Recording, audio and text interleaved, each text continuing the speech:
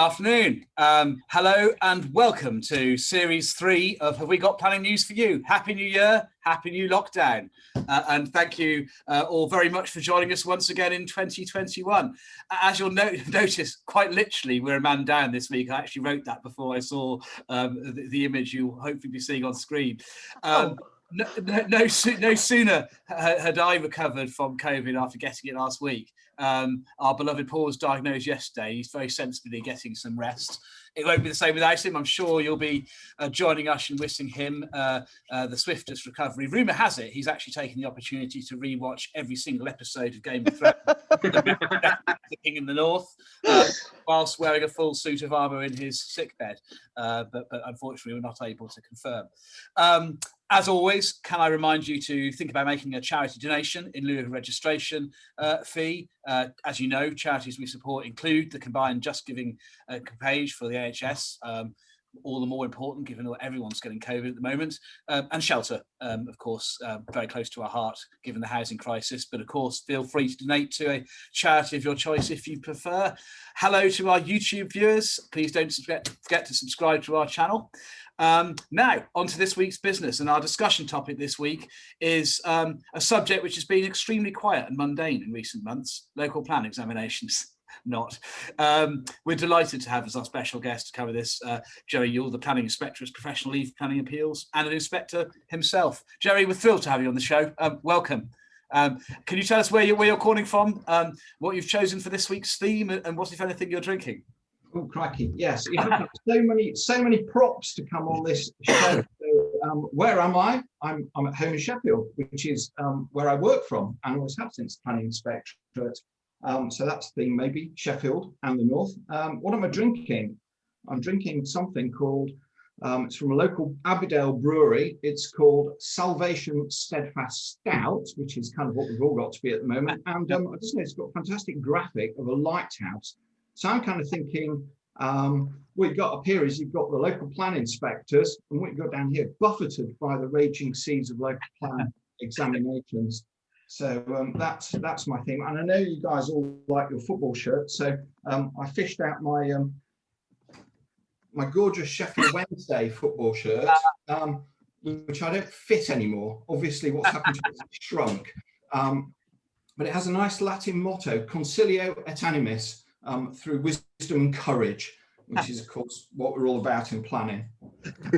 I'm so pleased you said that about your shirt, Jerry, because I promised you yesterday I'd dig out my old Def Leppard shirt, but there wasn't enough of it left to be suitable to wear. It's so old. Thank you, Lord. And I reminded the West Bromwich Albion fan club motto, Semper Te Fallant, they always let you down.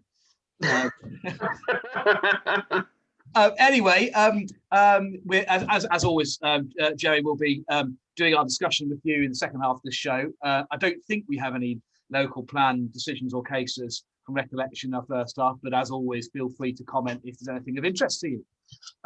Let's introduce the panel. As always, Mary, are you in town legal today? Are you in your offices? Indeed I am. Hello everybody. I suppose it's a little late to say belated Happy New Year, but I do so anyway. And yes, I'm in the town offices.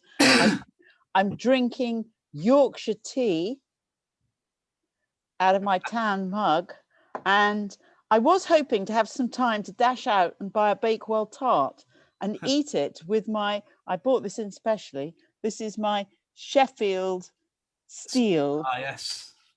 I had a great friend from university who lived actually on the east side of Sheffield, and when I used to go and stay with him, he would take me out and we would eat large quantities of Bakewell tarts. And that's what I think of when I think of Sheffield, even though it's shit.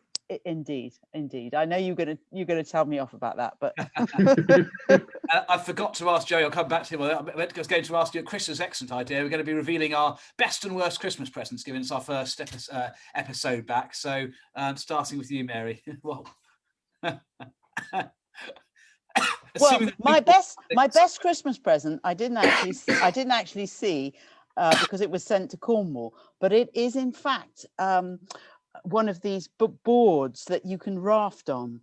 I have to blow it up first, but it's all in the bag so I can walk down to the beach. So that's actually my best present this year.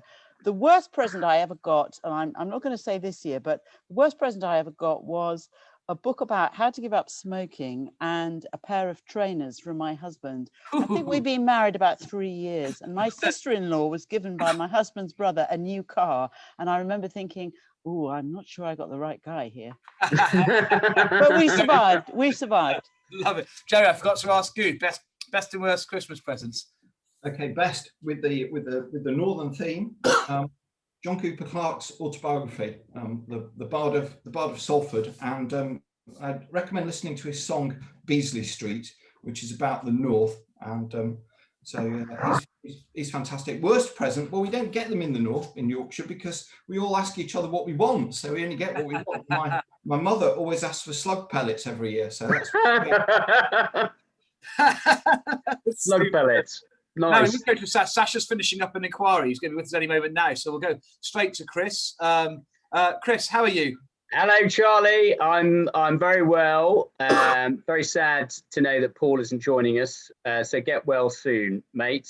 So I'm at home in Hogwarts. It's freezing. It's absolutely freezing. The gas meter is in free fall, spinning around. I've got a fire on. Just to try. More clothes. You need to put more clothes on. Yes. Yeah. Okay. I'll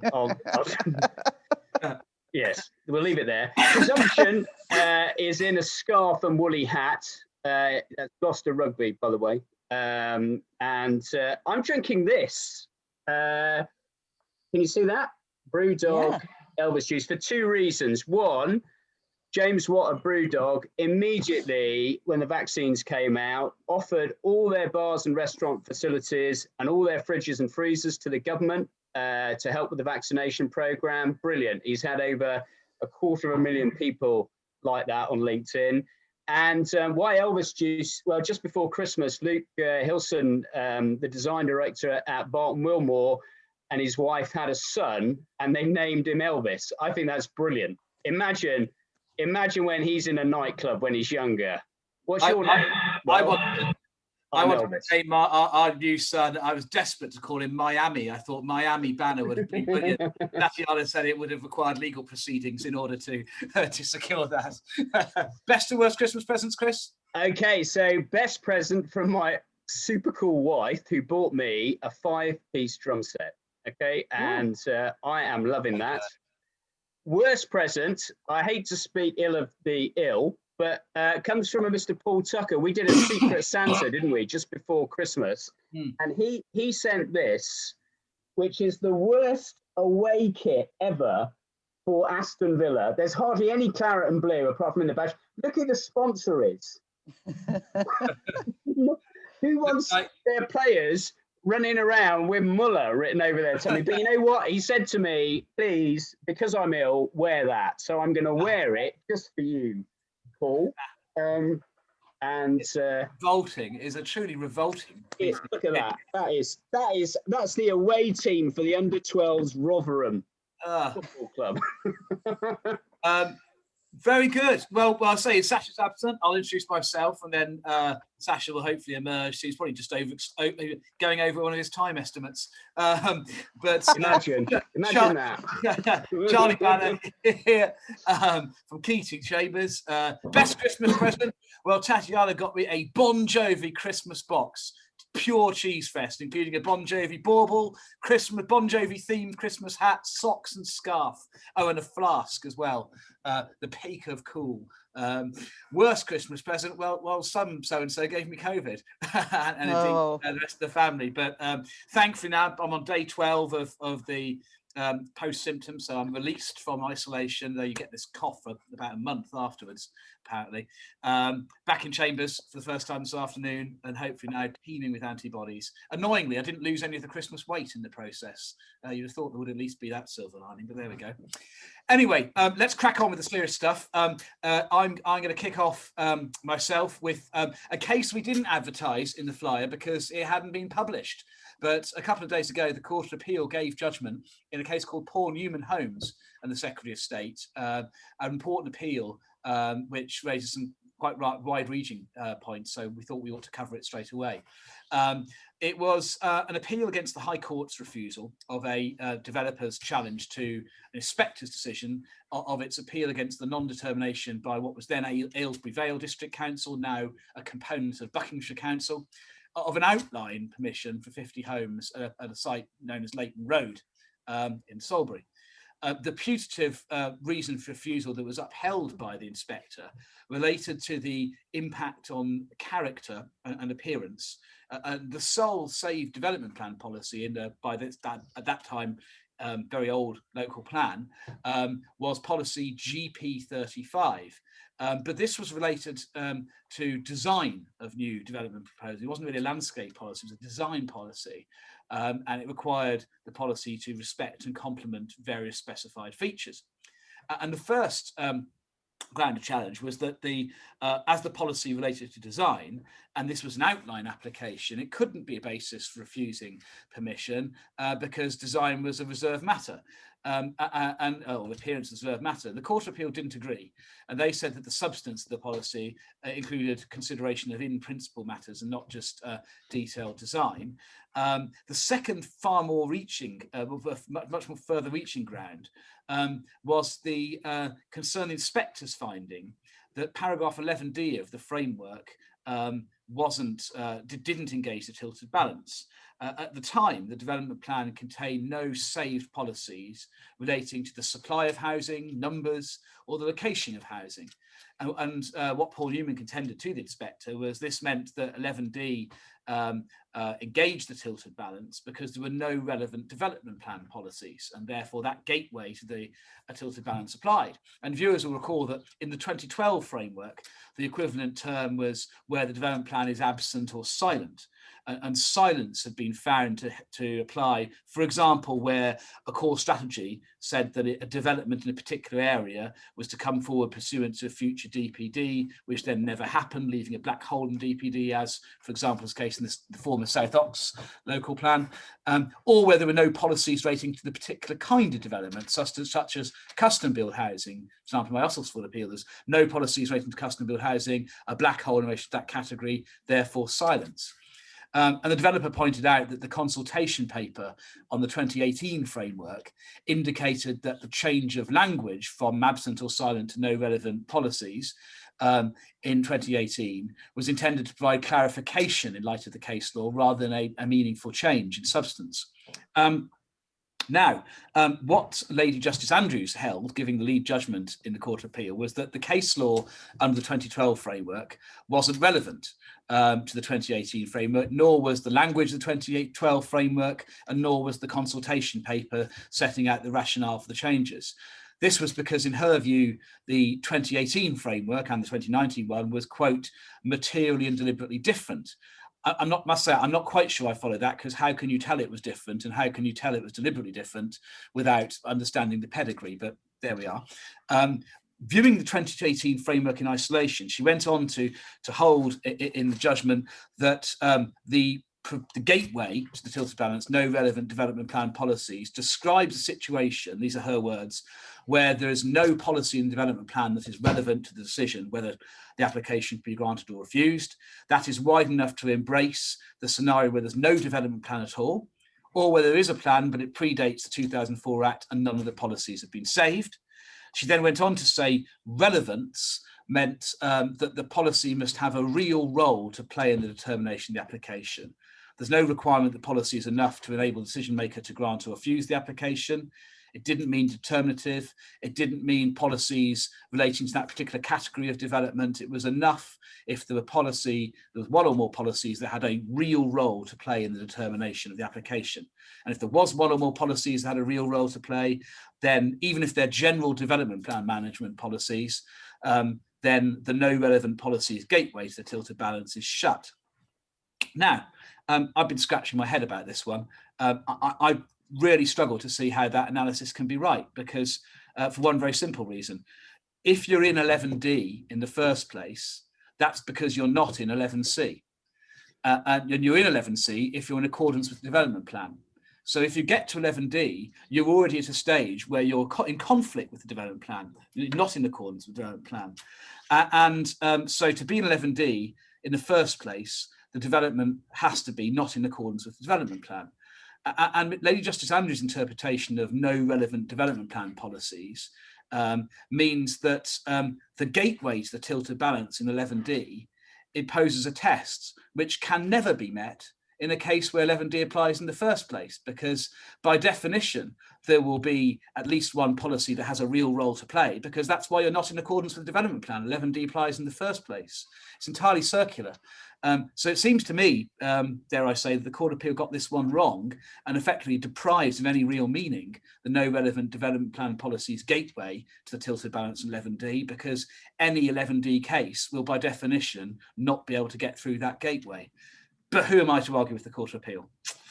So unless the Supreme Court takes a different view, I'm afraid to say, for those who might be wanting to rely on a gateway, it's safe to proceed on the basis that the no relevant policies gateway to the tilted balance is very unlikely to be engaged in any case where there's conflict with one or more policies in a development plan. Charlie, are you trying to get a brief for the Supreme Court? Now, I've already done that once on this show. Yeah, that's it. Well, look, I mean, how did you guess that, Chris? I don't know. I have no idea, but I know him quite well, though. I mean, I agree with you. It renders that phrase completely pointless, doesn't it? Really, but yet it was included in there, so it must be for a purpose. But let's be clear. You know, in the St Modwin case, I'll mention that. Paul's watching on his iPhone, I bet. You know, the High Court, this is for all inspectors out there, Jerry, okay, including Alan Boylan, who was the inspector in the case that went to the Supreme Court, Richborough Estates. Alan said it meant one thing. The High Court said it meant another. The Court of Appeal said it meant something else. And then the Supreme Court said Alan was right. So please don't think that the tier you get to is the answer. It's a view expressed by an individual or three individuals. And you go a bit higher and you get another view. Well, we'll see what happens. Now, Mary, we've got another High Court case. In fact, we're replete with court cases this week. You're going to tell us about Gluck. Yes. Now, Gluck, Gluck is a Court of Appeal decision so this is an appeal against a decision by Mr. Justice Holgate. So for our regulars, this will be reasonably familiar territory, but I'm going to whisk you away, so as to speak, to two office blocks that Mr. Gluck wanted to convert to residential in 3 Bridges in Crawley. He applied for prior approval for a change of use under Class O of Part 3 of Schedule 2 to the General Permitted Development Order, the GPDO. And he did this as long ago as the 15th of March 2018 via his planning consultant. And the eager amongst you will remember that there is a 56-day deadline for a prior approval to be granted.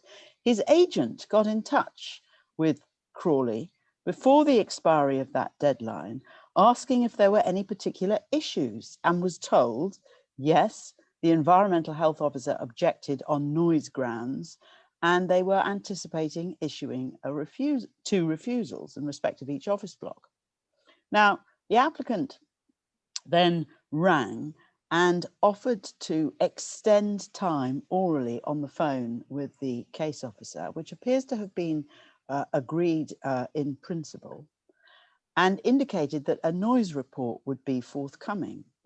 Then later that day, the applicant's agent specified a particular time and suggested that the extension be granted until the 12th of May, which was a matter of 2 weeks after the 56-day expiry.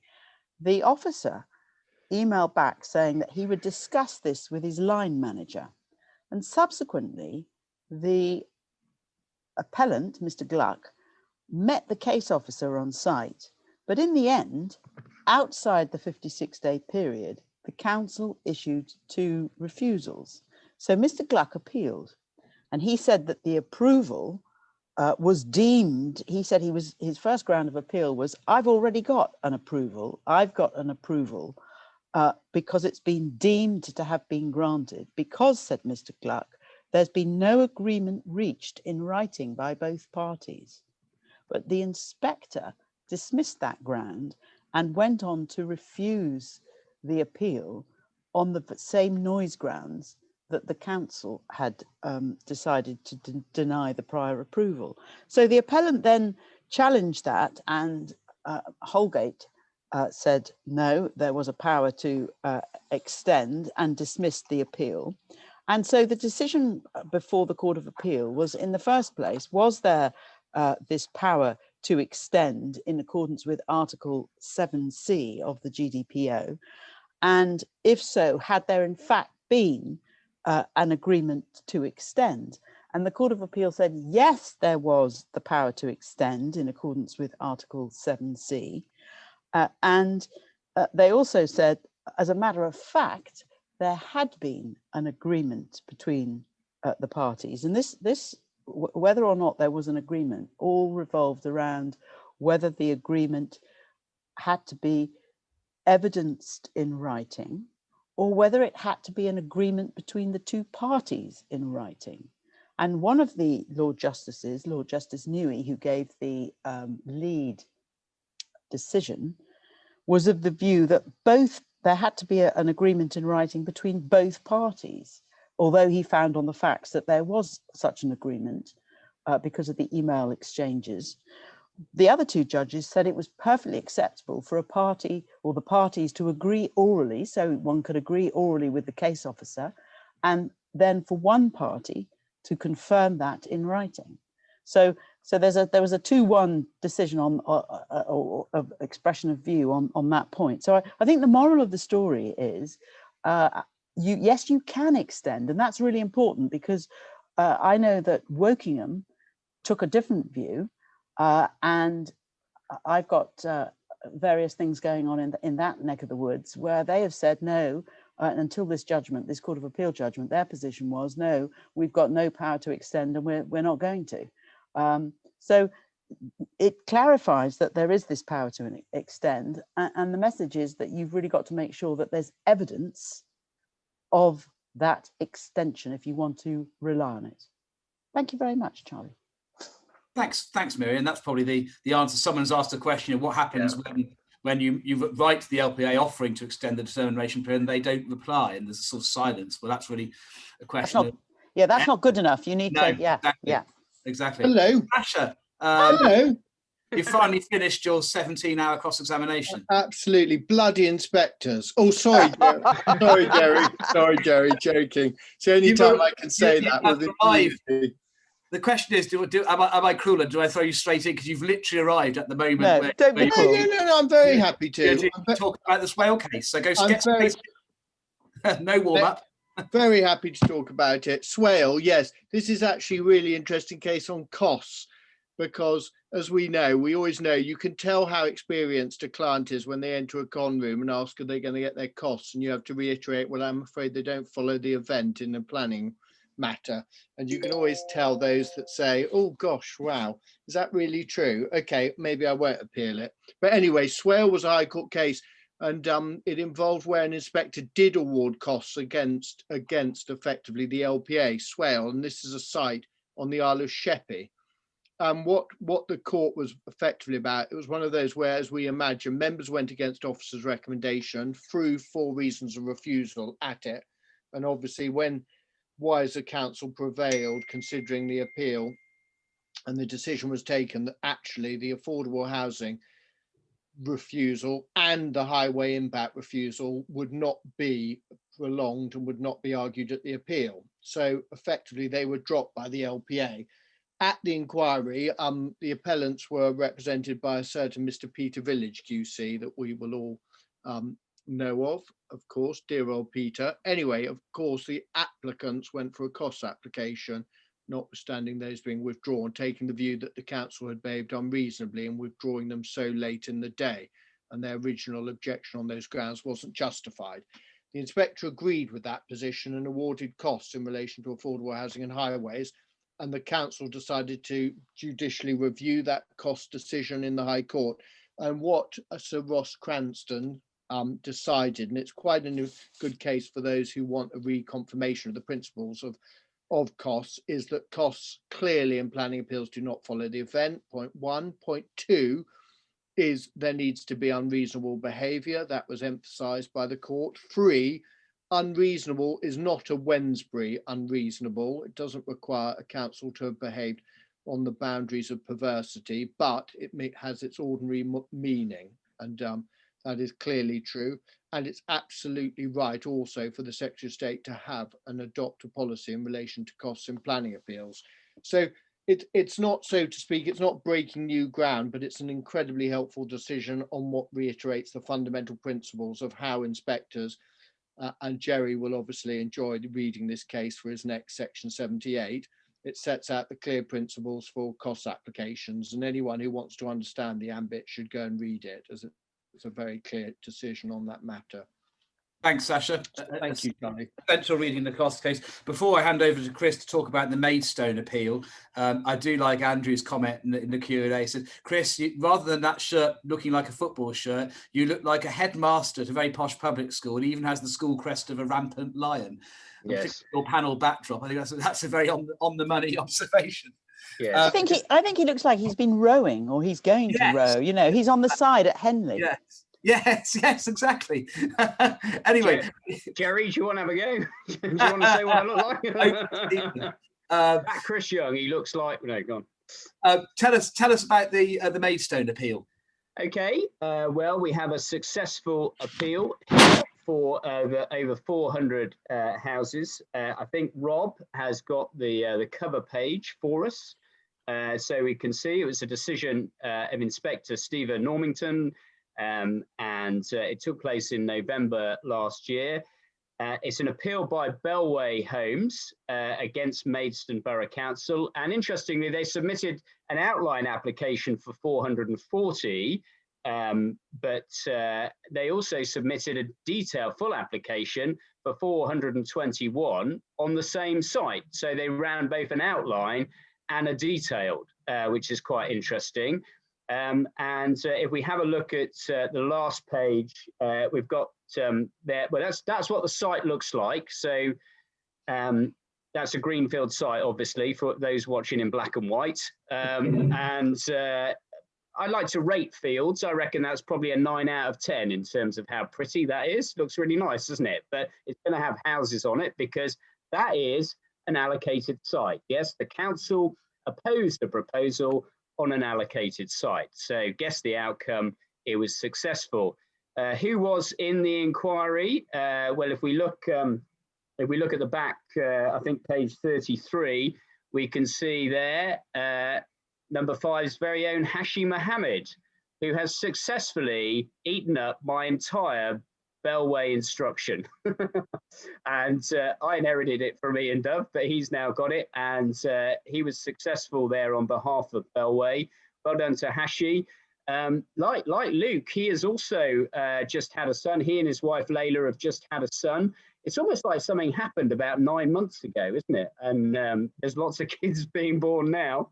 Well done, Hashi. Well done, Layla. Now, back to the case then. It's about highways, and what happened was that the council opposed it, as did a number of action groups. And you want to understand who's trying to stop development in this country, just have a look at the Rule 6 parties. CPRE Kent, Maidstone Borough Council Labour Group, the opposition, I think, Downston Parish Council, Maidstone Cycle Campaign, and a couple of interested parties. So these were the people who were raising issues, not just highways, because the council raised highways, but they raised heritage. The inspector dealt with all those other issues for a round table, as of course he's able to do through the Rosewell approach, but highways was subject to conventional cross-examination. Now, the critical thing to remember here is that it's an allocated site. It was all part of a wider allocation, the South East Maidstone Strategic Development Location, 2,651 homes to be delivered on 6 allocated sites listed H1 through to H8. I know that doesn't add up to 6, but some of them were merged. this site was allocated for 440, precisely the number that was on the application. And the first reason for refusal was that there would be severe traffic impact on Willington Street, contrary to the local plan. And then secondly, that there would be a safety issue in relation to that. Now, the way the inspector dealt with it, I think very efficiently, and as will been argued by the appellant, look at paragraph 32, the effect of that strategic allocation, including the appeal site, was considered at the local plan. In particular, paragraph 173 of the local plan inspector's report made clear this. In conclusion, policy SP3 of the development location will generate traffic and could contribute to increased congestion, particularly at peak hours, even after mitigation in the form of road improvements and other measures to make sustainable travel more effective, attractive and effective. However, the concentration of development close to the town does allow alternative and more sustainable means of travel to be available. That is less likely to be the case were the housing to be located away from the town in another part of the borough where residents would still need access to employment. So it's accepting, interestingly, it's accepting a degree of congestion, but saying it's a good location. It's on the edge of the town. What are you expecting? I think that's such a powerful conclusion from the local plan inspector, so that when it came to the appeal inspector relied on that and said, well, look, this has all been argued. Now, I did a Secretary of State appeal in Ledbury, as you know, last year.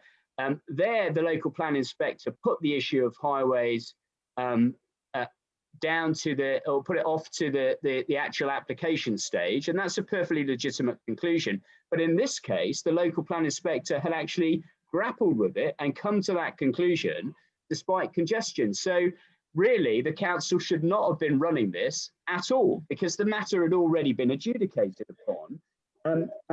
What's interesting also at paragraphs 34 and 35, page 7, what the inspector said is, if we just get the end of 35, that's it. Whilst none of the identified improvements from all the other sites, some of which had been granted planning permission in the preceding years, whilst none of that had actually commenced, the fact remains that the planning mechanisms to secure the financial contributions have been made to address the cumulative impact. So although the improvements hadn't taken place arising from all the other sites that got planning permission, nevertheless, there was a mechanism to deliver it. So again, the inspector being very pragmatic and saying, there's a word, Jerry, very pragmatic, as have you been invited to do. The local plan inspector was pragmatic, and here is the inspector on the appeal saying, well, look, it might not have been delivered, but it's going to be delivered because the money has been secured. The safety issue was similarly addressed on a very pragmatic basis to do with the width of the road. It's a really useful decision. And in line and following on from what Sasha was talking about, there's a cost decision as well. And the inspector did award costs, partially allowed against Maidstone Council, and Bellway was successful. What the inspector said on costs was, he cited the local plan inspector, unsurprisingly, on the point that this had been adjudicated on in the local plan, and then said no substantive evidence was provided to the inquiry to identify what is different in terms of the envisaged traffic flows in 2020 from when the council decided the site was suitable for up to 440 dwellings in 2017. Transport assessments were submitted. It showed that there wouldn't be severe impact, and the council had gone no way to shifting that burden. So, you know, what a spectacular waste of time, frankly, for the council to have refused this, delayed the delivery of homes on an allocated site. But hey ho, that's how we make our living. Thanks, Chris. Now I'm going to hand straight back to you, because you're going to be leading our interview with Jerry on the issue of local plan examinations, that very straightforward, uncontroversial subject matter. Yes, yeah. No, nobody has a view on local plans, do they? Jerry, if I can introduce you and to say you are the lead, in effect, is the professional lead for local plans at the Planning Inspectorate. You started off as an archaeologist, as I understand it, digging up Roman London, and also a city in Iraq back in the 1980s. You then went to Sheffield University to train as a planner. You worked at Barnsley Council, worked your way up through that process, joined the Inspectorate in 2006, done lots of appeals, plans, training other inspectors, and now you're in the position you are. So a good vantage point built on a whole series of different careers. Can I just start with this question? With all that experience, Jerry, and with all that knowledge, and you've got a team of 60 inspectors, can you just help me with how much the White Paper Task Force sought your views on the new system that they proposed for local plans? Yeah. Okay. Well, good question. Well, we weren't involved in the white paper. I think you can look at the front of the white paper, and it tells you who was on the task force. They were, as far as I understand it, they were the people who came up with what was in the white paper. But I suppose as the planning inspector, we do always talk with MHCLG, our parent department, about how the planning system's working. So they get a pretty good understanding from us about what we experience. So that understanding, I think, goes into the mix. And I suppose I should say we have now seconded some inspectors, I think it's about 5 or 6, to work with MHCLG, because of course this planning reform is a heroically scaled task, isn't it? Start the new, tear down the old planning system and rebuild it from scratch. It's huge. So we have put some people in to help, and their inspectors have got a lot of experience, really, both with us, but also in their previous careers in local government and the private sector. So to get that clear then, there was no consultation with you or the inspectorate before the proposals were issued, but you have now got people in MHCLG through secondment, local plan inspectors working on the proposals for the new system. Is that fair? Yeah, I think that's fair. And these people don't only have local plan experience. Of course, they themselves, done lots of development management too along the way. Yeah. Okay, can I move from that then to the question of the time it takes for local plans to be examined? Because, there's part of the white paper is to criticise the timescale, but just from your perspective, the time, just explain the timescale and why it does take the time it does. Okay, why does it take so long? I think, okay, there are lots of reasons, but probably the main two. First of all, these are huge things, aren't they? They do a lot. They set strategy for 15 years. They work out how much development, how much land. That's all really controversial stuff. It's controversial locally. It's controversial politically. It's backed by a rather complex evidence base that touches on loads of different professions. I don't know. Just think about North Essex examining 3 new towns. I mean, this stuff's huge in terms of its development value and its effect. So it's perhaps not surprising it might take a bit of time to examine. So that's one reason, I suppose. But then the other is it's about the local plan process. So the local plan process is not like any other casework that the planning inspectorate deals with, in the sense that appeals, if you think about them, deliver a yes, no answer at the end, don't they? It either is allowed or it isn't. Local plan is quite different. Local plan inspector is charged with assessing, first of all, is the plan sound? So is it okay? But then the Act says, if it's not, the inspector has to recommend changes, main modifications, to make it sound. So that sounds fairly straightforward, but if you think about what that means, that means passing the baton back to the local authority in the race for the finish line. Might mean more evidence. They have to work up the changes. They might need to be consulted on, more hearings. Inspectors got to think about that, decide whether that's all fine, and then write the report. And sometimes it goes through more than one iteration of that stuff as well. And of course, things happen while that's going on. So that's why it takes time. We don't have a finite examination process. It's it's open-ended until the plan can be found sound. So that is why it fundamentally takes time.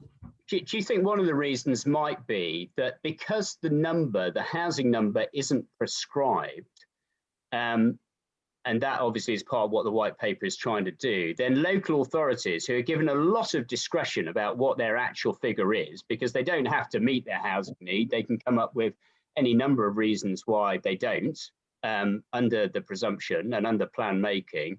So there's quite an incentive, isn't there, for local authorities to sort of try it on a bit, isn't it? Go for a lower figure and then wait to see if the inspector tells them to go higher. And that's not the inspector's fault. That's the authority just trying it on, isn't it? You guys ask some fiendish questions, don't you? Yeah, it's a good question. I don't think I should really speculate about what's in the minds of local authorities, but I mean, you know, clearly that is a hugely difficult, sensitive, and controversial area, isn't it? That tension between meeting housing needs and not meeting housing needs, and all the reasons why local authorities can find it difficult to do that, and local opinion. You're talking about that in the Maidstone Appeal, really, you know, the extent of opposition. This stuff is difficult politically. So it's probably not surprising that that's one of the battlegrounds in examinations that has to be decided. So, I mean, obviously, if you want a faster system, you could say that's one of the areas where you might want to try and deal with that before it gets to the examination. So it'd be really interesting to see where the white paper, the new planning system, ends up on that. But it's clearly one of those kind of seismic areas, really, of controversy. Yeah, well, I completely agree. I mean, I think that is the one thing that emerges out of the white paper that many of us agree with. Me and Mary were gently cross-examining KitKat about that, and what that actually looks like. I think it would undoubtedly take a lot of debate away, and actually, frankly, make life easier for councillors and officers. They've just got a number to work with. Can I move on then and say, there's talk, isn't there now, of a 9-month examination period as proposed by the white paper. Will that actually be achieved? Can you see that being achieved? Yeah, I mean, I think it is possible to achieve that, but I suppose you have to think about why is it not being achieved at the moment? And you know, I think we'd all look from outside the system and say, how can local plan examinations take 1 or 2 or 3 years? That can't be right, can it? But I suppose so the first thing is these new plans in the new system, okay, streamlined and digital and improved and better engagement, all that stuff, but they will still deal with some fundamentally pretty difficult issues, won't they? They'll still deal, even in a kind of, I won't call it zoning, in a kind of area-ing system. There'll still be lines on maps, there'll still be allocations, there'll still be battles over what's in the protect zone and what's in the growth zone. And there'll still be evidence that supports that and a rationale for it. So that'll still be argued about. There'll still be thousands of representations to each local plan, possibly more if actually the plan has that increased status of granting permission for sites. Yeah. The Maidstone Appeal example was interesting there, but you know, that could ramp up the stakes. So there's still going to be a lot to consider in these things, isn't there? So that's one thing. So then you have to go back to the question, why does it take longer than 9 months now? Well, it's because of this open-ended process where the plan keeps going until it can be found sound. So what does a 9-month examination mean? It probably means there's going to be less scope for significant changes to the plan, accepting new evidence during that period. So it might get closer to a yes or no answer. So that's potentially quite a big change if that's what happens. I mean, you know, I can't speculate on where government will go with what they want to do in a 9-month examination, but that's one way it could be achieved, for instance. Yeah, I mean, I couldn't agree with you. I think that's a really good point. Instead of having an ongoing debate, it'll be a yes or no, and I think that will put more pressure on councils to get it right, because they don't want to be in a no plan situation, not unless they're in a greenbelt area. Can I ask then about virtual events? Because we started with the inquiries last summer. We've moved on to virtual EIPs. It seems to be a huge success. So where are we going with this? Yeah, it's kind of bewildering, isn't it? I mean, back in March, I have to say I was pretty sceptical, in the first lockdown about whether we could do this stuff, because local plan examinations are, multi-day events, lots of participants. So at the more complicated end of what we would need to do virtually, but kind of, they've sort of happened, and we are back now level with where we would have been had none of this happened, and 30 examinations or so done virtually. It's quite interesting how we got there, how you do big change when you're forced to because of a crisis.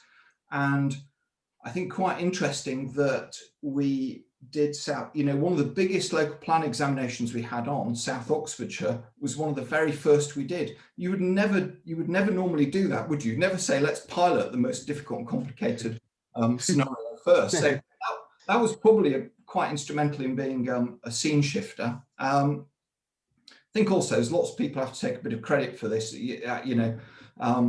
We've had some great people working on this in the planning inspectorate. Malcolm Rivett, who some of you will probably know, has spearheaded and led the work on virtual, and it has taken a lot of work. Local authorities have stepped up to the plate. They've been really good on this stuff too. And programme officers, because of course they administer the whole thing. So, and are the unsung heroes of examinations. So that's where we are. Where does this go? I think it's really difficult and also quite interesting. So I think we've shown now, haven't we, that virtual works. So we know that real events work. We know that virtual events work. And we know that the one or two blended events, kind of mixture of virtual and real, and kind of well done to Hambleton and Doncaster for, kind of doing the tech for that stuff, which would be quite complicated. We know they work as well. So we've now got 3 models that work. And the tricky thing is, and it's probably the same with you guys, is that some people really like virtual and some people really don't like it. They kind of accept it as the reality. So on the plus side, and I give you a quote from an inspector who really liked it, and she said to me, it's been so much easier. And she said then something about the fact it kind of equals everyone out and it kind of takes tension out of it a bit. But what did she say? She said, after 4 days, I didn't return to grumpy children, exhausted grandparents, overflowing washing, and a smelly dog, which is what I normally come back to. This is kind of real sort of human stuff there. And lots more people are watching this stuff on YouTube, aren't they? So participation, engagement, maybe. But then a lot of people think, well, something's lost by not having real people in the room together. So where does this, when we have normality resumed, and my mother was vaccinated yesterday, so that felt quite emotional actually. And so things get back to normal. What do we do? Well, it's really difficult because who's going to choose whether an event is virtual or real? Is it us? Is it the inspector? Is it the local authority? So that's going to be quite interesting, I think, to decide. I kind of feel things have changed, haven't they? It might be difficult to go back to exactly where we were. So I think we've got a lot of thinking to do about that. Yeah, and I think people's perceptions of risk have changed as well. So I know this week, Wyre Forest are doing their local plan. Hugh Richards is there for the council, in the council chamber for their team, but they're, socially distanced, and lots of people are joining electronically. And that may be, I think it'd probably be up to the individual really to decide whether to be there or not.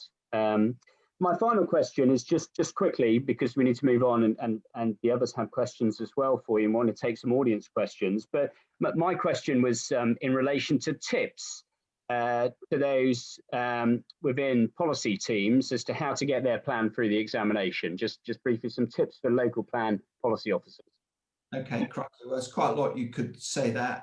I suppose my first would be, this sounds like starting with a negative, doesn't it? Which is kind of all gloomy. But I suppose to say, and it goes back to your earlier point about the question about whether people go into examinations thinking we'll try and achieve this and wait and see whether the inspector takes us somewhere else. Well, I think it's best not to go into an examination hoping that will happen, because you can't assume that all problems will actually be sorted out in the examination. In some cases, they can't be. And in some cases, actually fixing them in examination is going to be really difficult. And we have some examinations that have been on the go for 2 or 3 years. Now, that is not good for anyone. Sometimes we have inspectors who actually want to retire, and you kind of can't think, this inspector's going to retire in 5 years, we better not give him a local plan. It's kind of slightly bonkers position. So don't assume everything can be fixed. Other tips are look at the representations carefully, because some of the people who make comments might be making very sensible ones, and you know, it's worth thinking about those, because those will probably come up in the examination. So don't kind of sweep them under the carpet. And resourcing is important as you go into the examination.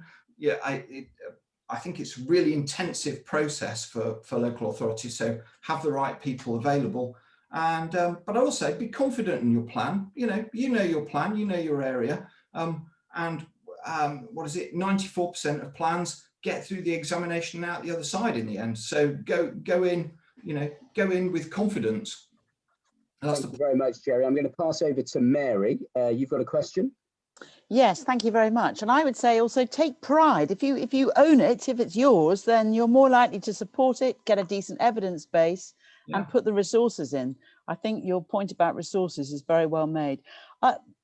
My question is really this: in retrospect, I want to ask you about the transition period, because I think the transition period has become a millstone around the neck of the system. And I just wonder, in retrospect, should that transition period have had an absolute cutoff date? And would that really help to, in future, looking forward, if we're going to have a new system and we're going to allow sort of a transition period, wouldn't it be more sensible to have a limited period for the transition, rather than letting it go on as has happened here, where in 2021, 2022, God forbid, we might actually still be in a situation where some plans are being examined under the transition period? Yeah, so you're thinking there are the plans that are still being examined under the 2000 PF, and I think we had probably 15 or so, and so far I think only a couple of those have actually cleared it through to that that finish line. Well, I suppose it's kind of tempting to look back and say yes, you know, a nice cutoff would have been good. But these actually, when you look at the list of those plans, and they're, you know, one of them's North Essex, for instance, which has got over to a certain hurdle point. A lot of them are big, complicated, difficult plans dealing with that kind of seismic stuff about housing needs. So it's perhaps not surprising that they're still with us anyway. I suppose one difficulty with a cutoff is that you know, if you're 95% of the way through the examination and you hit the cutoff date, then suddenly you're going to fall off that cliff edge after quite a lot of work. But Jerry, looking forward, it looks as if there will be a cutoff. There'll be a cutoff for the local plan. So it makes no sense not to have a cutoff, surely, for a transition period. If you're going to say the plan, you know, that examination should only last so long, it would actually be consistent with that approach to say any transition period should also only last so long.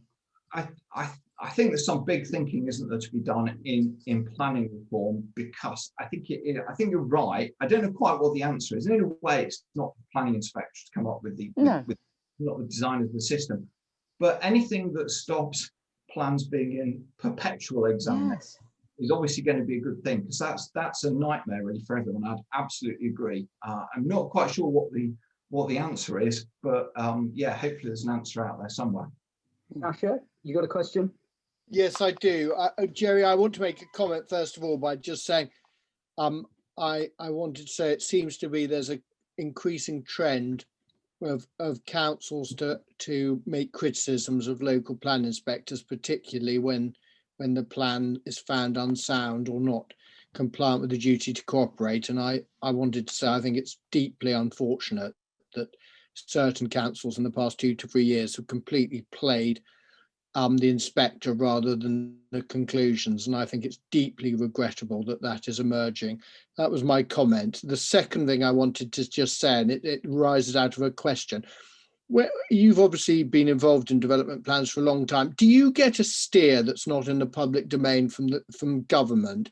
I mean, one could characterize the recent examinations as basically generally there was quite a lot of a focus on the plans. Then there was a period of time where the perception in the industry was that plans were generally getting through. And if anything now, it's going back the other way and there is greater scrutiny. I mean, do you receive advice from the ministry giving a steer of what they want to happen with development plans nationally or not?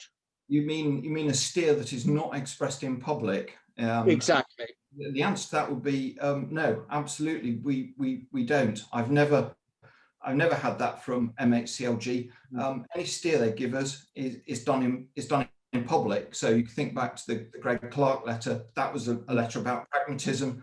That was an instruction to us, but it was made in public. Everyone could see that. So yeah, I can be categoric. We don't get told by MHCLG how we should determine plans, except in the way that it's expressed in the MPPF, for instance, or in a written ministerial statement. So everyone, we don't get anything that no one else doesn't see.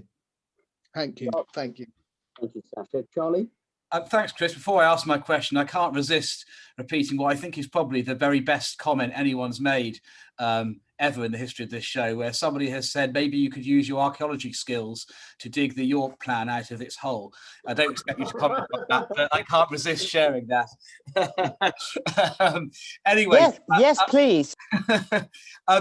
Jerry, I mean, just back on this, the issue, first of all, of remote versus in-person, my own experience of being involved quite heavily in the Windsor Maidenhead Stage 2 examination and then Brentwood local plan, which is obviously ongoing, is nothing apart from the personal enjoyment of being in the same room of friends and professional acquaintances that you enjoy the company of, which is really a personal benefit rather than a professional thing.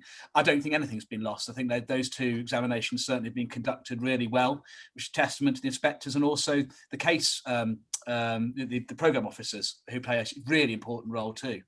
But whether it's in person or remotely, of course, everybody involved has a very limited amount of time in relation to each point, understandably, because that's how the system works. And so I was wondering, Jerry, whether you can give any advice to all participants. And I don't just mean the barristers, because most of the people who watch this are local authority officers, consultants, rather than barristers and advocates. But for all participants, how can they make the best use of the limited airtime they've got at an EIP to be most helpful to the inspector and most persuasive for the people they're acting on behalf of? Yeah, sure. So, I mean, what inspectors want, I mean, it's the same in appeals and local plans or whatever. They want to get to they want to understand the issue, make sure they're on top of it, and they want to get to the heart of the area that's of controversy. So that's what they want, and they want all the contributions to be zeroed in on doing that. And the way they tend to try and get there in local plan examinations is by their phrasing of questions ahead of the hearings. So those are the questions to look at quite closely. Inspectors are really good at doing that. You know, you think of North Essex, for instance, there, and the inspector and the way he got on top of some remarkably complicated stuff. That's what they want answering. So that's my tip, really. Focus on answering that stuff. And what inspectors really dislike is answers that don't really answer the question, or they kind of sidle around the question. They want some direct stuff, and they want people to be open with them, really. They don't really want to waste time getting there. So it's helping them with that. I suppose the local plans too, it's if the plan's ending up unsound in some way, they want the participants to help them work out how it moves forward. That's quite important too. Thank you very much, Charlie. I mean, my final comment, Jerry, is this, just to ask you this. The difficulty I have is that when you look at local plans, I'm sat here in Cheltenham, 5,000 houses are coming out of the Greenbelt over there because Cheltenham Council are trying to meet their needs. It's a town of 100,000, so look at the proportion of that. Birmingham, equally taking out 5,000 from the Greenbelt, but that's a city of 1 million. So they're making far less of an incursion to meet their need. And then you go to London boroughs like Bromley, and they won't touch their Greenbelt. So it's the reality that it's not an objective system.